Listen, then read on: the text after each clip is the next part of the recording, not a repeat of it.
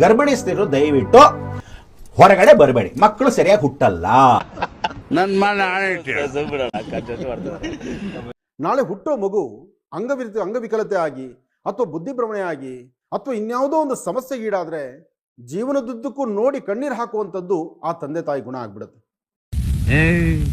ನೀನ್ 7 ಮಿಂಡ್ರಿ ಆದ್ರೆ ನಾನು 14 ಮಿಂಡ್ರಿ. ಗ್ರಹಣದ ಸಂದರ್ಭದೊಳಗೆ ಬೇರೆ ದೇಶದೊಳಗಿನ ಗರ್ಭಿಣಿ ಮಹಿಳೆಯರು ಇತರೆ ಜನರಂತೆಯೇ ಎಲ್ಲ ಸೂಕ್ತ ಎಚ್ಚರಿಕೆಗಳೊಂದಿಗೆ ಹೊರಗಡೆ ಬಂದು ಗ್ರಹಣ ನೋಡಿ ಅದ್ರದ್ದು ಏನು ಖುಷಿ ಪಡಬೇಕು ಖುಷಿ ಪಡ್ತಾರೆ. ಅವರಿಗೆ ಯಾವುದೇ ರೀತಿಯ ಅಂಗವಿಕಲ ಮಕ್ಕಳು ಹುಟ್ಟೋದು ಮತ್ತೊಂದು ಏನೂ ಸಮಸ್ಯೆ ಆಗೋದಿಲ್ಲ. ಎರಡನೇದು, ಗ್ರಹಣದ ಸಂದರ್ಭದೊಳಗೆ ಗರ್ಭಿಣಿ ಮಹಿಳೆಯರು ಒಳಗೆ ಹೋಗ್ತಾರೆ, ಆದರೆ ಬಾಕಿ ಎಲ್ಲ ಪ್ರಾಣಿಗಳು ಎಲ್ಲ ಜೀವಿಗಳು ಹೊರಗೆ ಓಡಾಡ್ಕೊಂಡೇ ಇರ್ತವೆ. ಎಮ್ಮೆ, ಆಕಳು, ನಾಯಿ, ನರಿ ಎಲ್ಲನೂ. ಅವತ್ತಕ್ಕೆ ಯಾವುದಕ್ಕೂ ಅಂಗವಿಕಲ ಮರಿಗಳು ಹುಟ್ಟಿದಂತಹ ಒಂದೇ ಒಂದು ಉದಾಹರಣೆ ಇಲ್ಲ.